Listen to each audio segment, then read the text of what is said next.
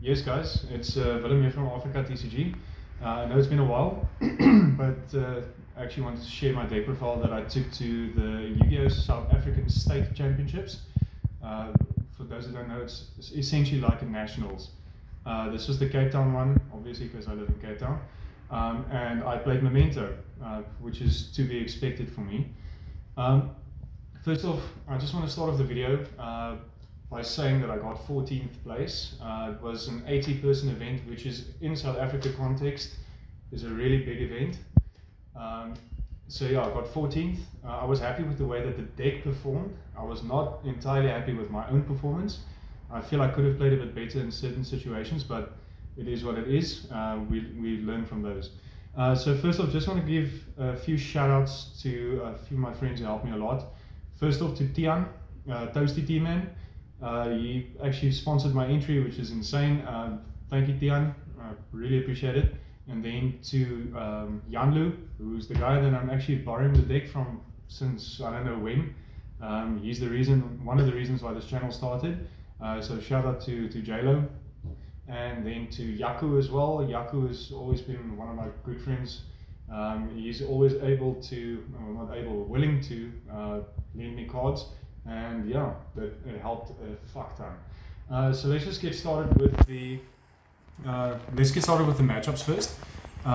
Yeah, so matchups were round one was Fiendsmith Live Twin. So I have to look at there because I can't remember it off the top of my head. When I lost that one, it was 0-2. It was my own fuck up. I could have actually won the game. But I forgot to search the field spell from the fusion, which is something that I tell everybody to do.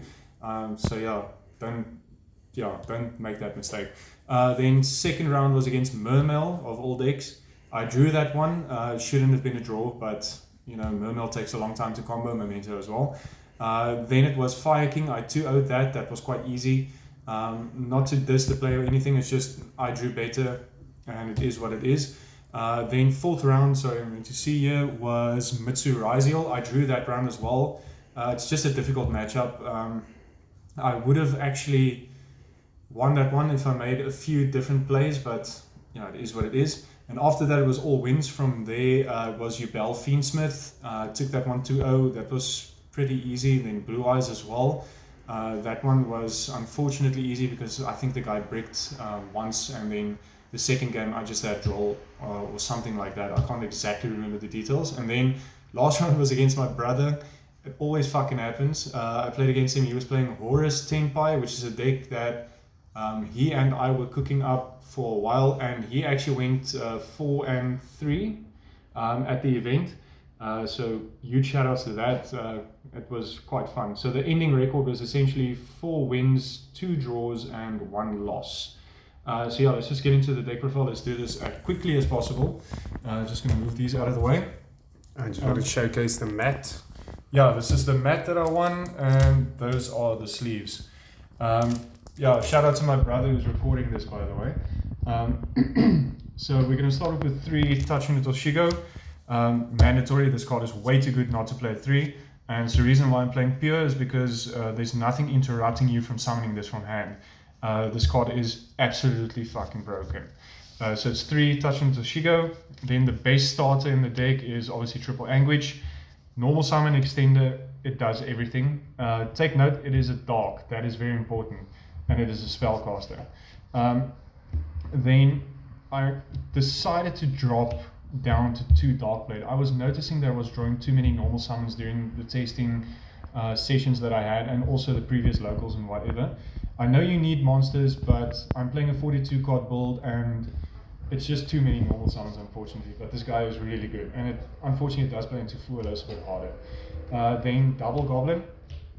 Goblin is insane. It's probably one of the best starters. After I read a few of the comments and the videos that I've been making, I tend to go for this combo instead of the mace most of the time. Like when you go normal summon Anguish, get the horse, special horse, effected dump. Instead of summoning back the mace, I tend to go for this because this actually plays around like a lot more hand traps and stuff, and it plays around Ash and all those things, you know. If they haven't Ashed, which would be stupid. Then this is something that I've been preaching for a while now, is double Sleepy. it's an insane extender. It ensures that your plays go through. So I think, and this is my opinion, you should play 2 of it. And the foolish effect comes up a lot. Then obviously the 1 mace, it's a 1-of, you have to play it, and it's a really good card as well. It's technically 1.5 card starter as well, if you have another Memento in hand. Then Gatic, obviously it's the mandatory one to play. It's one of the best cards in the deck, but holy fuck, I draw this thing every single round. 7 rounds. At least once I will draw this. I don't know if any other Memento players experience this, but Jesus. Then the Ugly Fish Bastard, this thing is the most broken card in the deck. If this thing resolves, you 9 times out of 10 win the game. And then this is something that I know a lot of people don't play, but I still play because I think its effect is too good. It's a free special summon. When it gets popped, it pops 2 face-up cards from your opponent. Extra disruption, it's an extra extender. Yeah, it's super good. Yeah, and that also reminds me when you played against me, you had the big fusion and this thing together when I had my full established Horus board, and then you just used the fusion to pop this, and then you popped my 1 Tempai and my 1 King Sark, and then that pop just popped the other 2, and you cleared my board entirely, leaving me with only a Kaiman to play, and you had the Ash for that. So that kind of won you that whole match by playing this thing. So much that I had to bastille this thing away in game 3 because I knew if you resolve this thing, you're probably going to win. So even though he can be a brick, he just gives you too much. Yeah, this card is really, really insane. It helps you play through a lot of interaction as well. Like going second, if you just pop this on the board and then activate a Memento effect or Bone Party, popping this and then popping 2 of your opponent's cards, it's just insane. So I would recommend playing it, but I understand if you don't want to.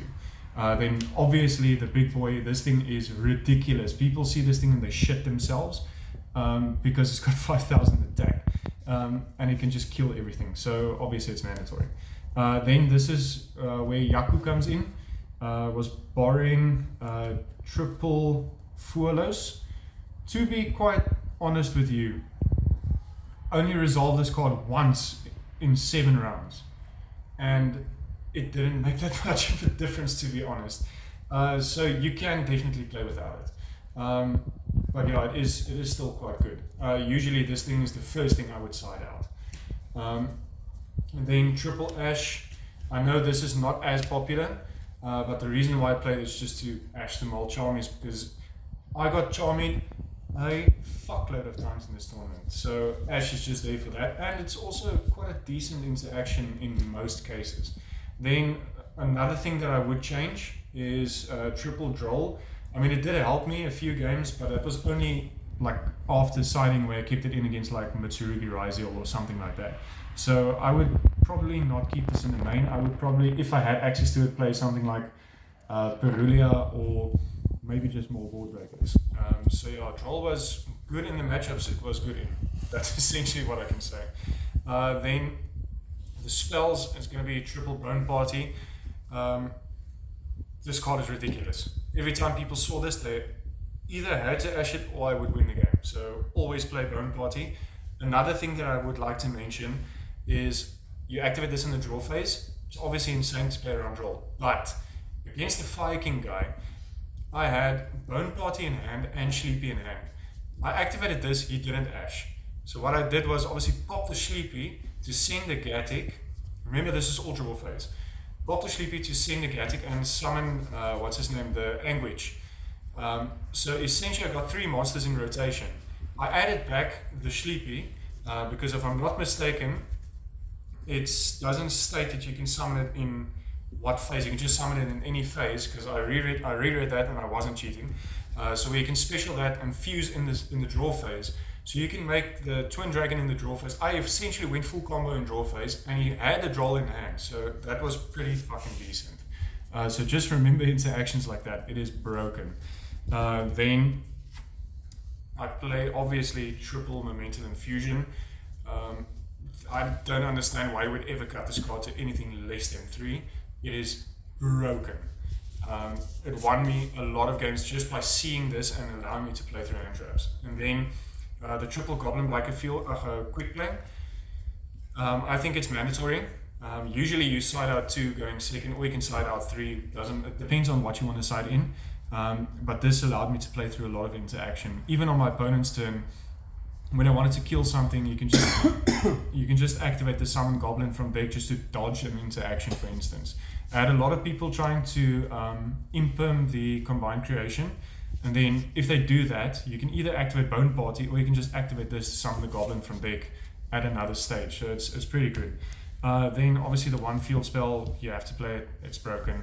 People were targeting this card the whole tournament because they know as soon as this card sticks, you essentially have infinite grind game. Then Prosperity, I don't know if I would keep this in, but it's still a good card, so I don't know, that's a debatable one.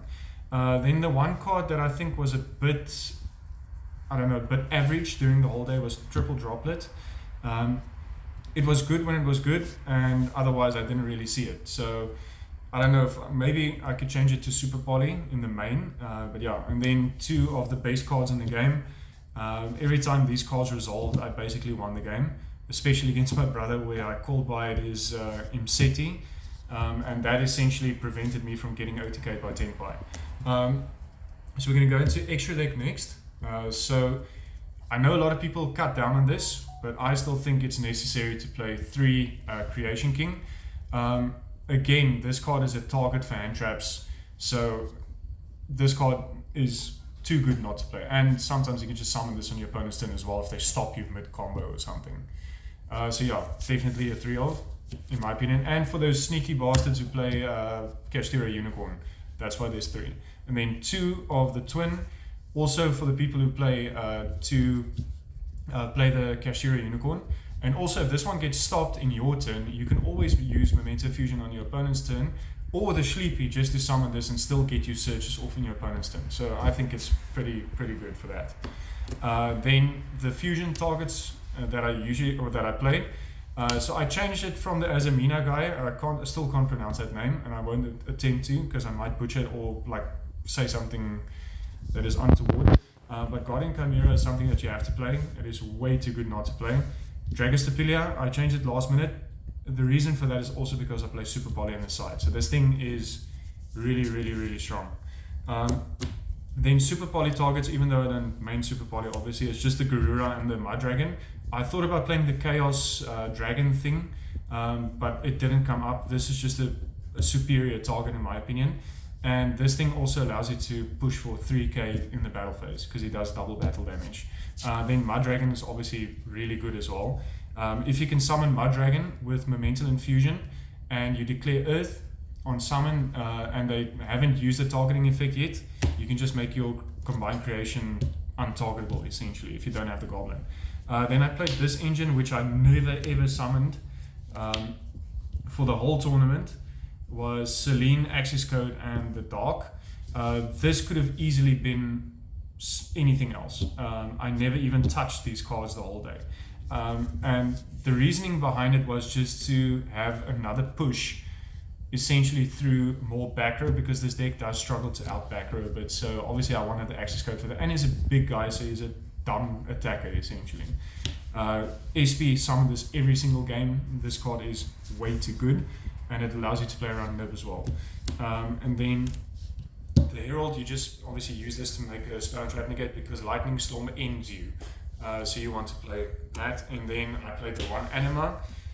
This card won me so many games because people just didn't expect it.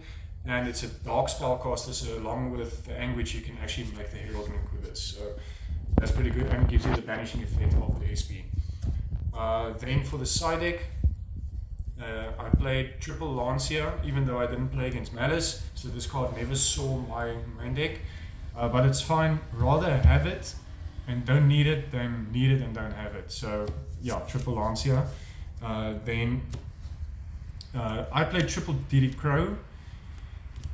This was for the Fiendsmith matchup, like Fiendsmith variants, which I played a lot of, or like 3 of. So this thing is really good and it's good in the mirror match as well. So I decided just to put Diddy Crow in because it does hit a lot of cards in the meta, and also it does hit the Mitsurazil matchup a lot because if they go prayers and they tribute something, you can just chain the Crow to that and then that whole effect won't resolve because it's not in the same location for it to resolve on the next chain, essentially. You guys should know that ruling. Then I played double Ghost Bell. This was also just essentially a last minute inclusion. It's really good against Memento, really good against Fiendsmith variants. It's decent against Mitsurazil. It's very good against Malice. And it is decent against Blue Eyes. So yeah, I think this is a really good hand trap to play 2 of. You don't necessarily need it as at 3 because I think it's okay. And then one of the base cards in the side deck, and I probably should have named this, is Super Poly. It's not good on its own, but it is good in this deck because you have so many dark monsters. And you have obviously Mace, which is a light, so that comes up every now and again. But surprisingly, you have a lot of Earths as well, which comes up in certain rogue matchups. So I would say Super Poly is really good. And then mandatory set that you have to play is Double Lightning Storm, Feather Duster, just to get rid of aggro. There's nothing else you need to do. Well, I need to explain here. And then for the last card on the side, I actually slided the Fracture Dance. I decided on this just to make my going first a bit easier after going into game 2. And this is just something you would slide in for the Mulch Armies just to have a bit more disruption on the board. And its nifty battle phase effect is there, but it never came up for me. But it is there just in case. So yeah, guys, that was what I did. You can comment, like, subscribe, tell me how caca it was and caca the deck is. But yeah, thanks guys. I really appreciate everybody who's been subscribing lately. I see it. You guys have helped me reach past 500 a while ago. And yeah, just keep commenting, doing your thing, subscribing, liking. Please comment as well what videos you want to see in the future, because I have a few ideas, but I would like to have suggestions from you guys as well. So yeah, thanks to Hannes for filming, and yeah, thanks to all my chummies for helping me, and cheers guys.